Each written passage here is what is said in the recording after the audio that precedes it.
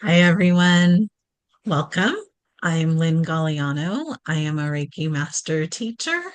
I am a She Recovers coach. My pronouns are she, her. I'm coming to you from the traditional territory of the Bay Miwok people, which is in the San Francisco East Bay area of California. We're happy to have you join another episode of Recovering Our Wholeness with Lynn and Andrea. And we have a special guest with us today that I'll introduce in just a minute. But first, this is my friend Andrea. Thanks, Lynn. Hi, everyone. I'm Andrea. My pronouns are she, her. I am in Philadelphia, which is the traditional land of the Lenape people. I'm in recovery from alcohol, disordered eating, loss, grief, anxiety, lots of other things. I'm a recovery coach as well. I'm a licensed professional counselor in Pennsylvania and New Jersey and a level 3 Reiki practitioner. Good to be with you today. Thanks, Andrea. And this friend is David Cassian, who I have known for several years now. And I'm really excited that he's here because he's also one of my students and a new Reiki master. So, welcome, David. Just reading your bio, David Cassian is a mindfulness meditation teacher, breathworks coach, Reiki master, mindfulness based calm living creator and facilitator. I'll let you talk a little bit more about what that is. An award winning author. He's a public speaker at spiritual events, conferences, and retreats, and lives a blended personal spiritual belief of Eastern and Western spiritualities. So, welcome, David. Come Thank on. you. Pleasure Feel to be free here. to share a little bit about yourself and how you came to know us and why you're here. Thank you. Yeah,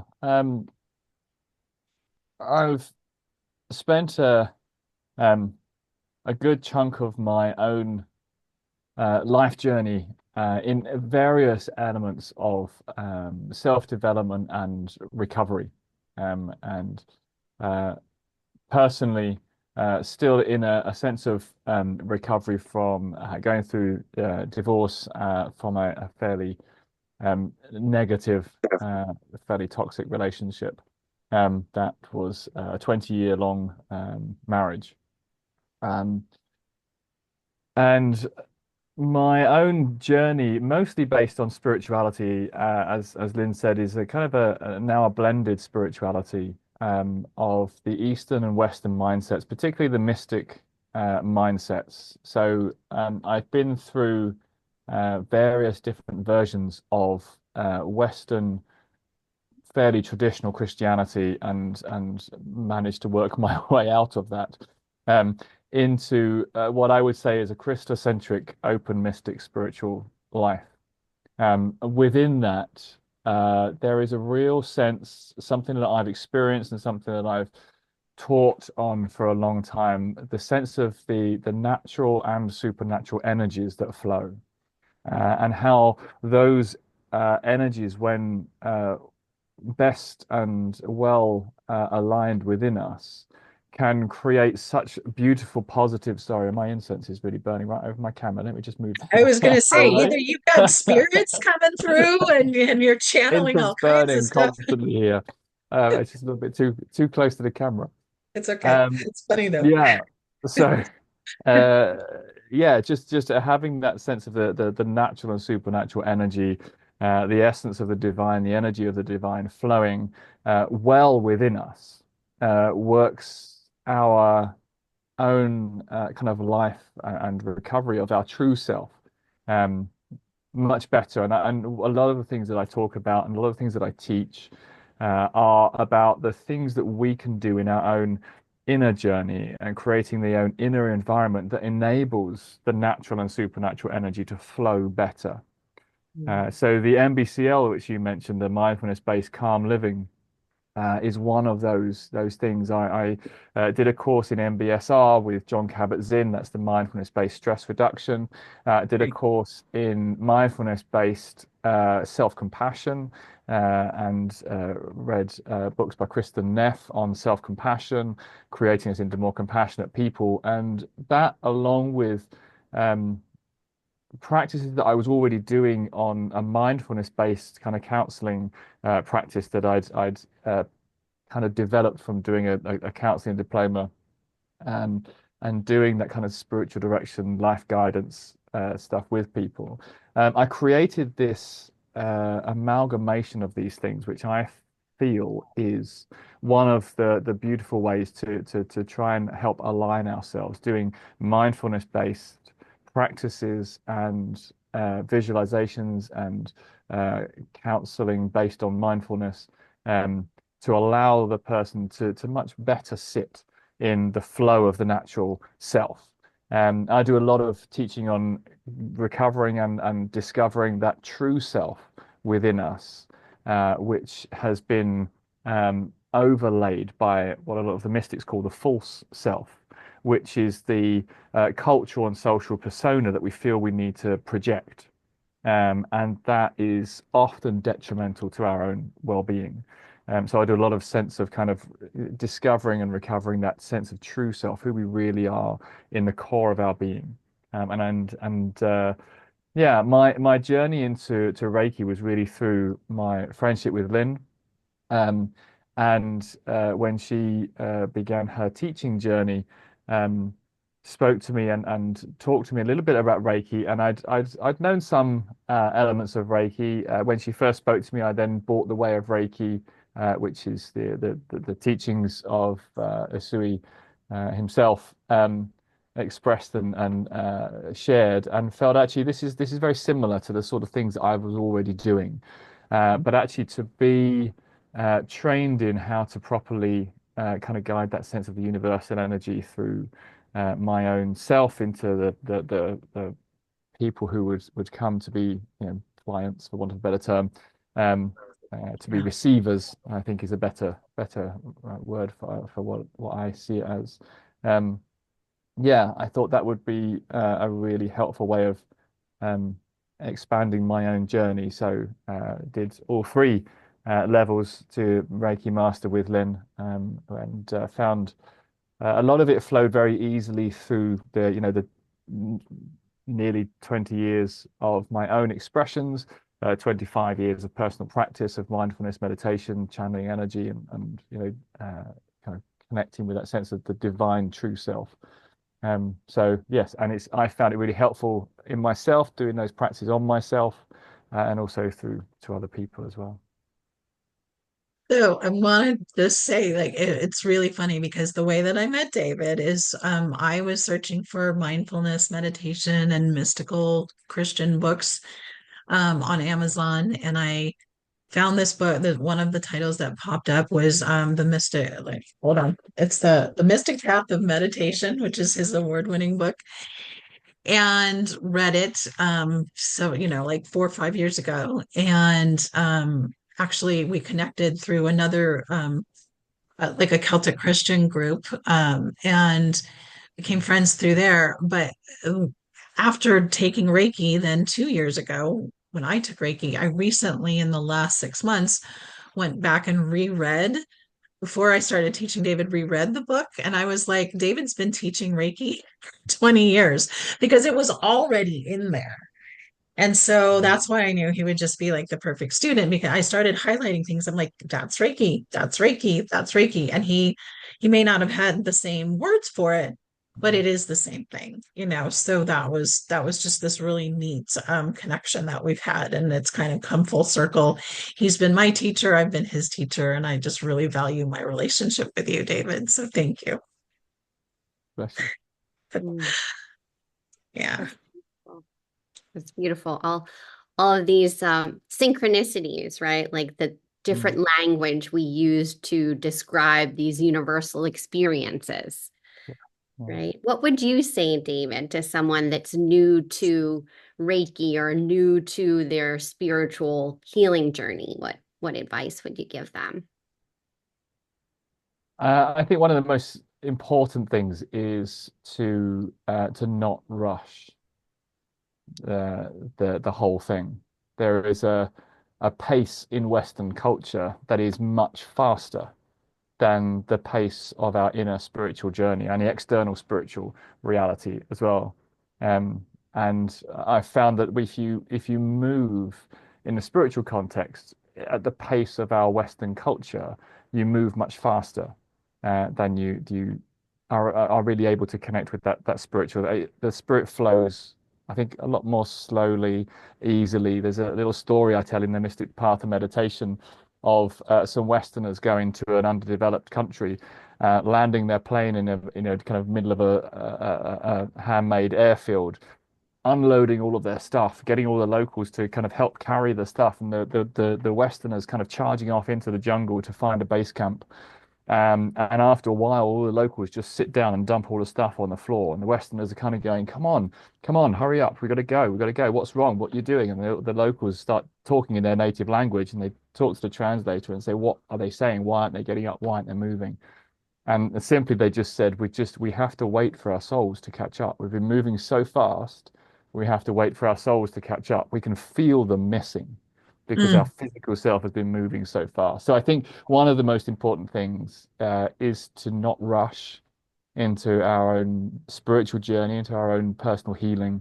Allow the flow to be quite natural, which is, again, something that Reiki really allows us to do. Feel that sense of the flow, the natural pace of it. Yeah.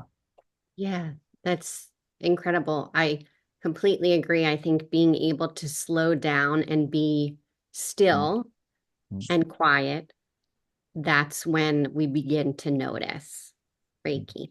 Right.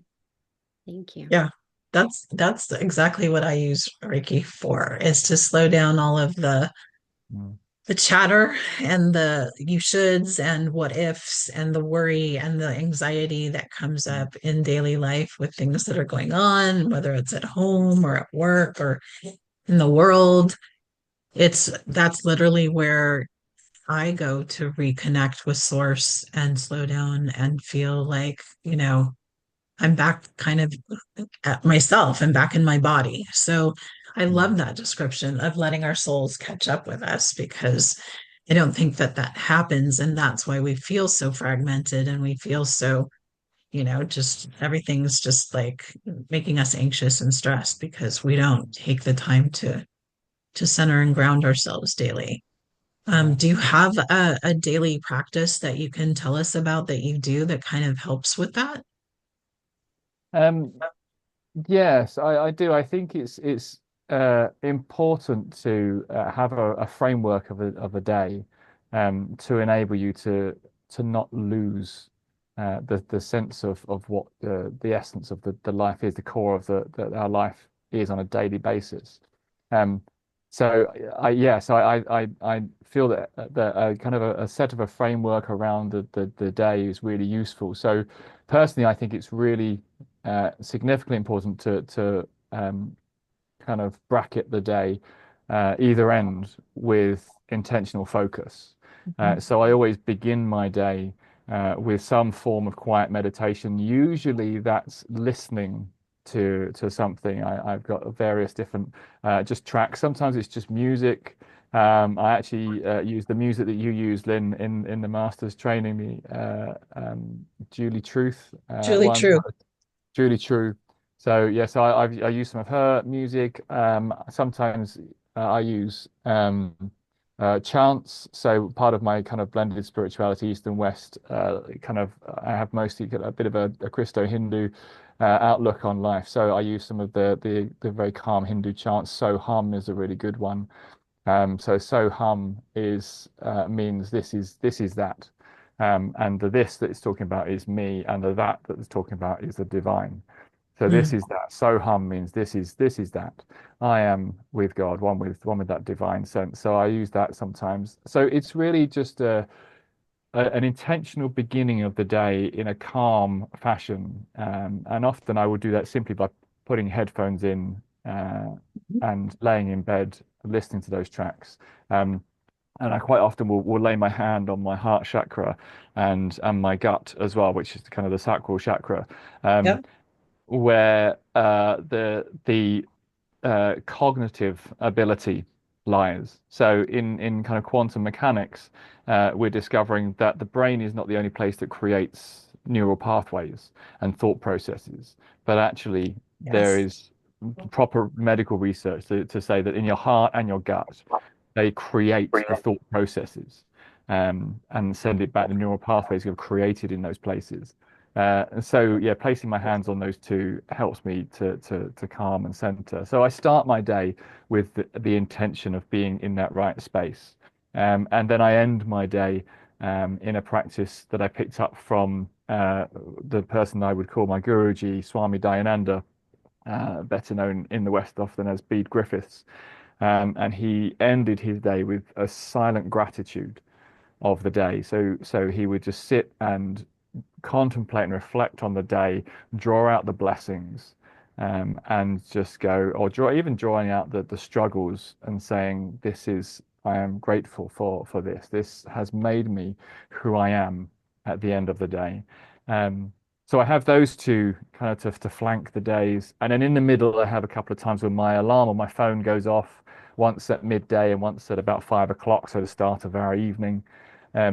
Where I then just get kind of drawn back into centering my own being, because it's very easy to lose yourself in between the beginning and end of the day. In the busyness of everything and all the stuff and the stress that happens, it's very easy to lose yourself. So my phone has an alarm that goes off at those 2 points. So if I am in the midst of all of that, suddenly I go, oh yeah, recenter. And usually those are, a minute or two of just breathing and recentering and remembering Perfect. the intention that I've set. So yeah, so that's my daily practice. Perfect. I love it. Andrea, you have a practice like that too, a little bit, right?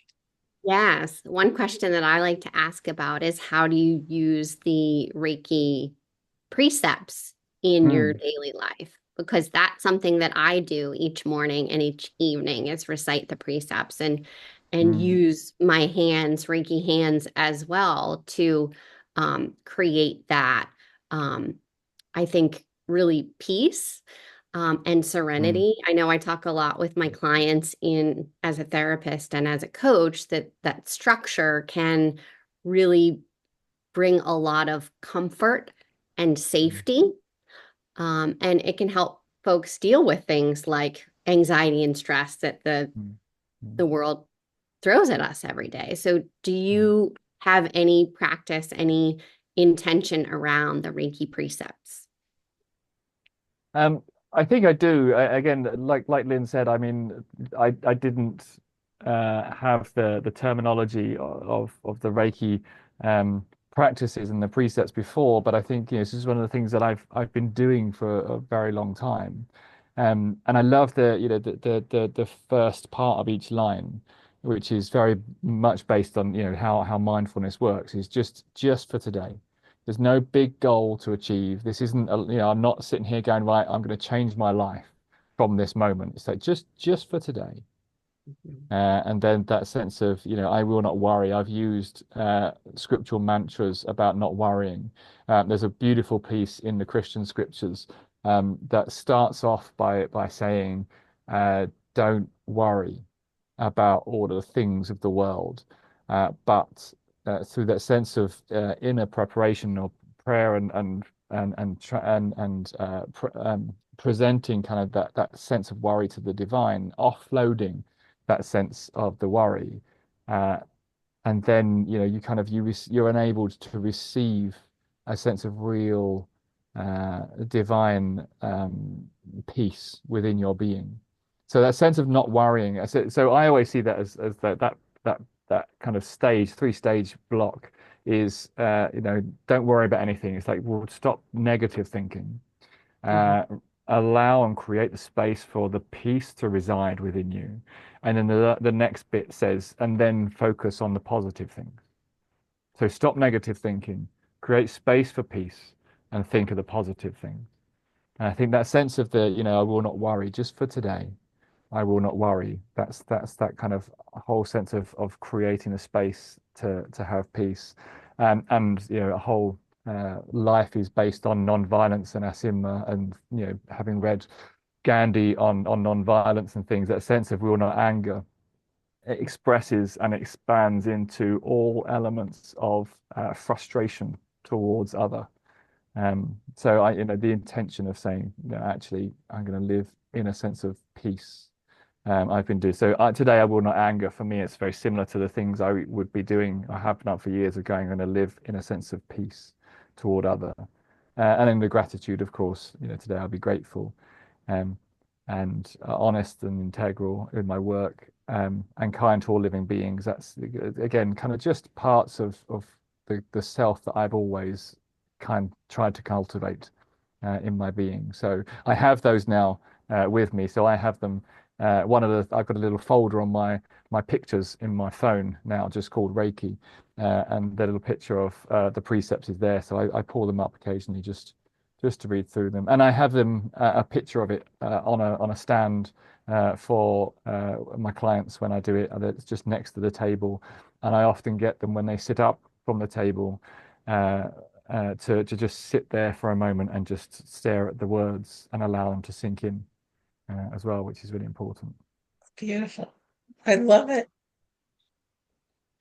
Yes, those words are so powerful. And like you said, Mm, this is work that you've been doing mm, both internally and externally for a long time. You just made me remember so my background is in recovery is in 12 steps. So back in my 20s when I first mm, started um, choosing to not drink, that was the only game in town. There's a lot of other options now. But I mm, found both the practice, having a daily spiritual practice, mm, and having community to be the foundation of recovery. And mm, there is a little booklet that you could get at any meeting. They just called it the green pad, and it talks about just for today. mm, So I just feel like this is such a universal message that if we can be present with our experience, then mm, we can begin to heal. mm. Yeah. Yeah, and I think that sense of just for today takes away the sense of the enormity of the challenge and the task of recovery. Yeah. Yeah. I don't have Definitely. to do it all today. Just for Mm, today, I can yeah. do what's in front of me. Yeah. Thank you. Yeah, both of you, I've heard you talk about this both before a little bit, and my daily practice has changed because of Reiki. So I now start each morning, like before my feet hit the floor, with sort of a prayer of like, thank you for this day. Mm, Let me live it in let me live this day without fear or worry or anger, in kindness and gratitude, doing the best that I can for those that I serve. So that's my interpretation of the principles. That's how have started using them. And then I go about my day, and then things get all tangled up, as you mentioned. And then when I finally, go to bed at night, then I end my day with I've started my own, it's not my own mantra. I learned this from my friend Lisa, actually, mm, saying, um, be still and know that I am God. Be still and know that I am. Be mm, still and know. Be still, be. So it goes into this nice little pyramid. And I say that 3 times before I go to bed. So that's how I have changed my daily practice to kind of like start and end the day with that focus. So thanks for sharing that. David, what mm. do you, if you could say like something about what you have found the most maybe surprising about your Reiki journey, or something that was unexpected that Reiki has brought into your life, what would that look like? Um, oh, unexpected. I don't know. Um, I think it sounds a bit silly because I've been practicing this for a long time under different terminology and semantics, and I've known personally the effectiveness of it. But I think one of the things that has surprised me in after doing the training and actually being more focused in the kind of channeling of that energy is how there's an immediacy in the effect sometimes.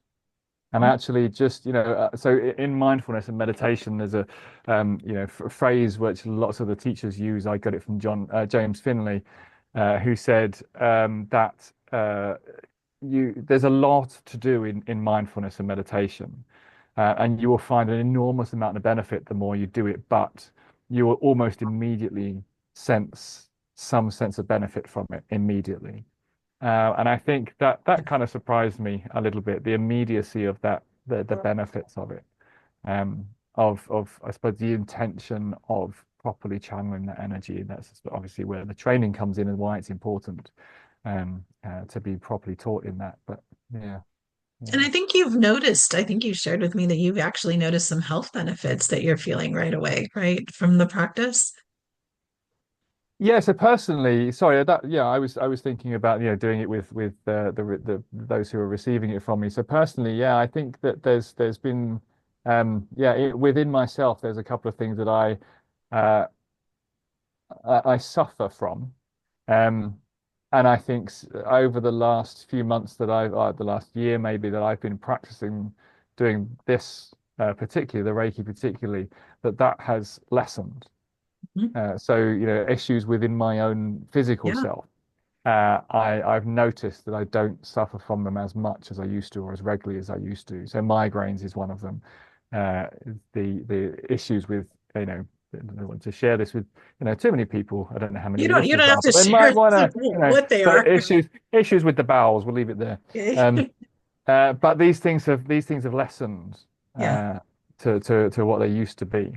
yeah, So I've had far fewer migraines this year, and you could put that down right. to whatever you want to, but actually, it just happened to coincide with when I started to practice the Mhm. Reiki practice, particularly.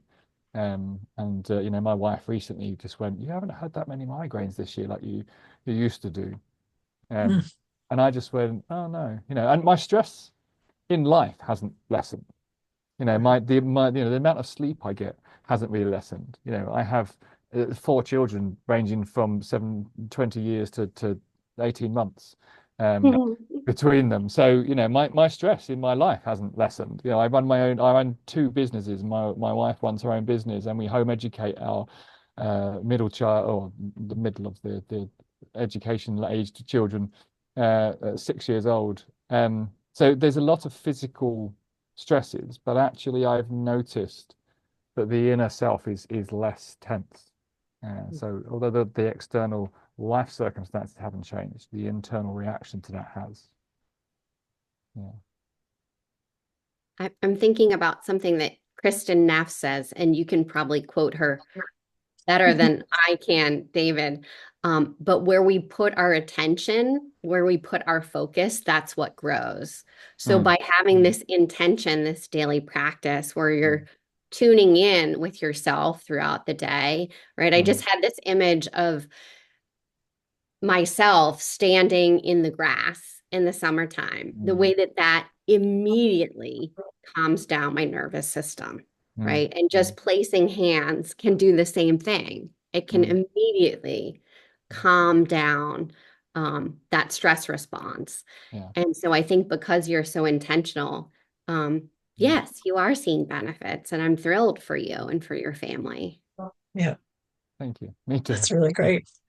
Yeah, I'm so glad that we had this chance to work together over the last 9 months or whatever it's been, because it's benefited both of us, and we've met some new friends, both of us through this process. And I love learning Reiki. I love living Reiki, and I love being, part of this whole community. It's so inspiring to me every day.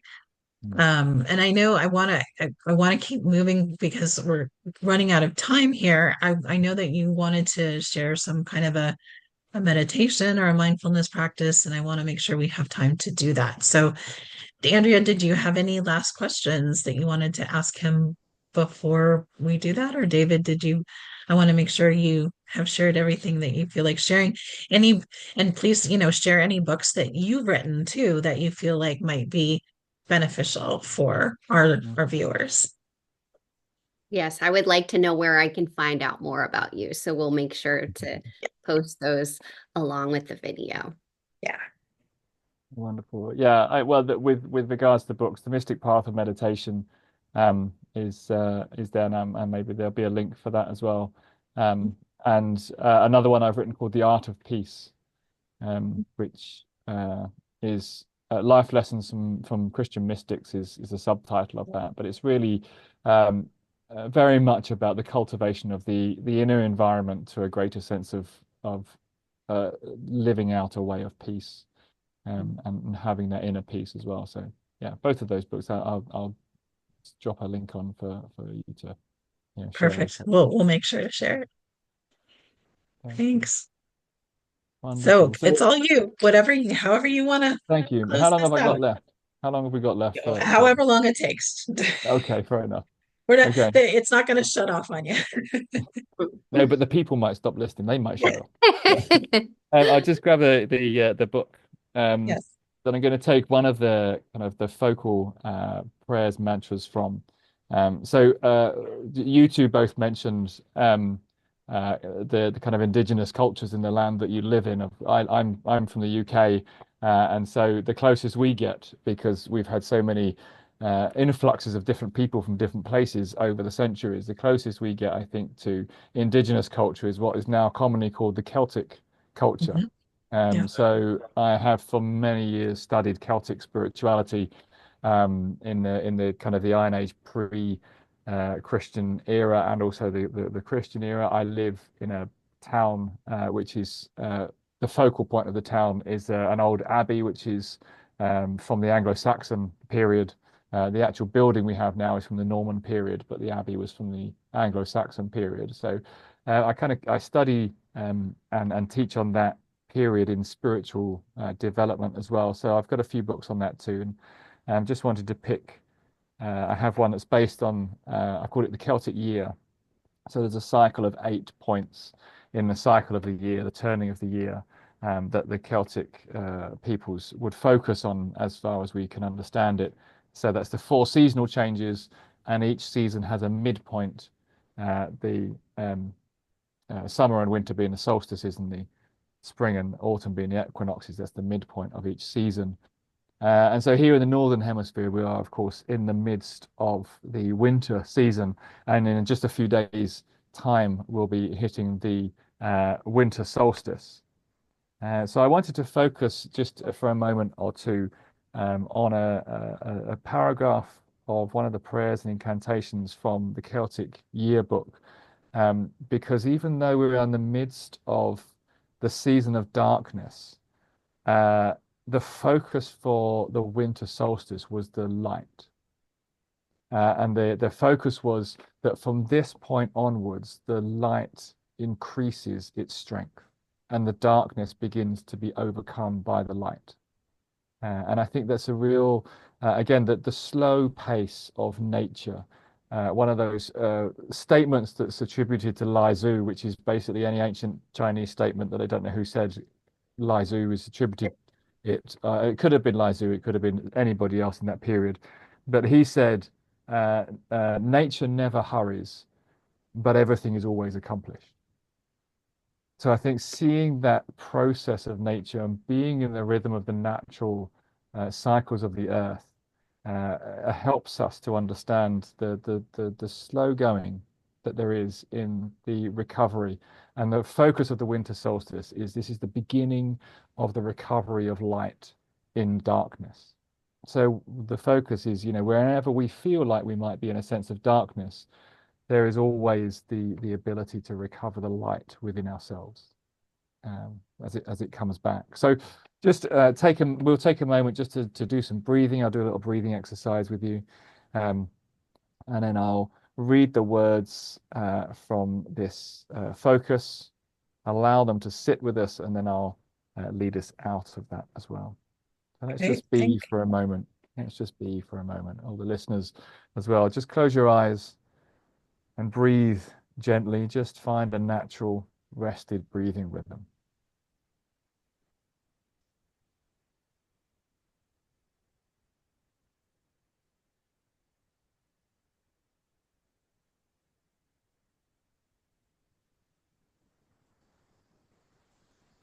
And bring your focus into the breathing rhythm, its pace, the length of your breaths.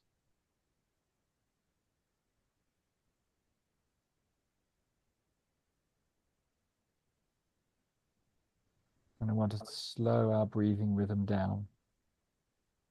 So breathe in a little bit more air than your natural breathing rhythm and make that intake of the inhale slightly slower than the natural breathing rhythm. And then allow that air to be released from your body, all of that air out nice and slowly. So it just enables you to have a slightly deeper and slower breathing rhythm.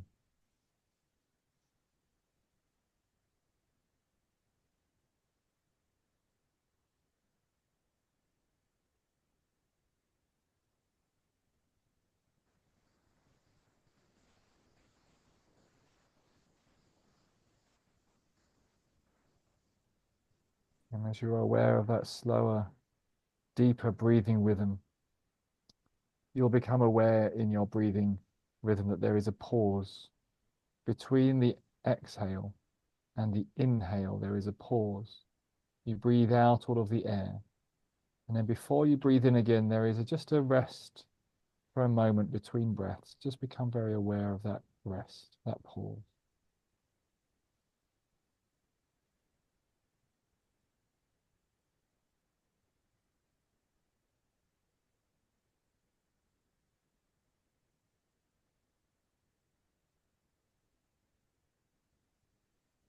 And I want you just to extend that pause by a second or two. So breathe in deep and slow, breathe out all of that air.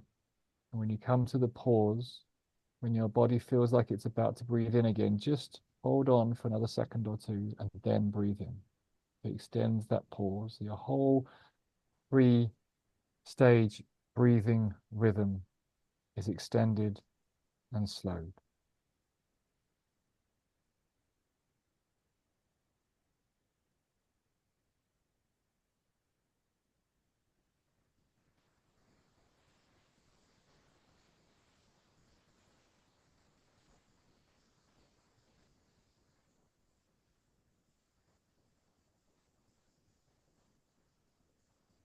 And in that peaceful, restful state, become aware of that natural energy flow, that Reiki, the natural and supernatural energy flow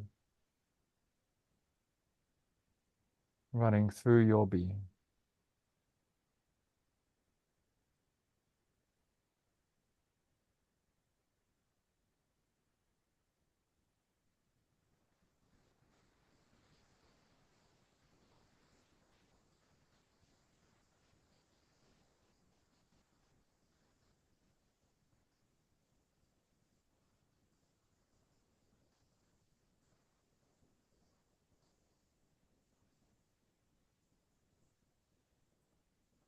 We are very aware of the darkness of this season, but we are also aware that the natural light begins to increase from here on. Help us to walk in your divine ways so that we can play our part in living right.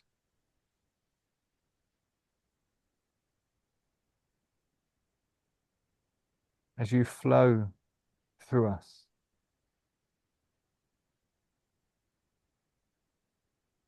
and flow into us to increase our inner light to its full brightness. May we let that light flow through us out into the darkness of the world. As you breathe now, imagine that divine light, that energy flowing into you like a light as you breathe in, and out of you as you breathe out. Flowing into you, and then through you, out of you, into the world.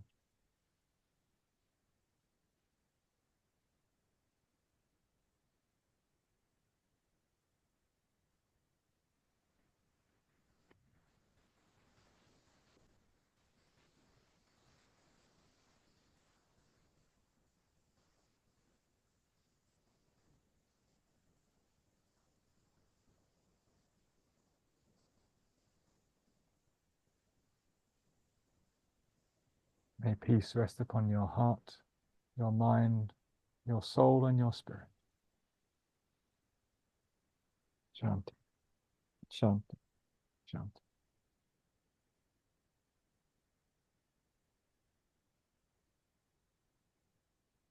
Thank you, Dave. That was wonderful. I feel so calm and relaxed. And it's, not even noon here in California, so I get to go back to a work day, but I am going back to a frenetic work day in a totally different mindset than I left it an hour ago. So that was beautiful. I'm really, really happy that we have crossed paths and that we've been each other's students. And I'm sure the future is just going to have all kinds of other fun workshops and stuff for us to do together. So Yeah. it's been really great to talk to you today, David. Thank you so much for your time. Thank you for inviting me. It's been a great honor to be here. Yes. Thank you for sharing your light with us, and happy solstice. Yes, and also to you. All right. Anything else, or do we feel complete? I feel great. I feel very grounded. Thank you for helping me to shift my energy. Bless you. Great. All right. Bye, everyone. Thanks for watching.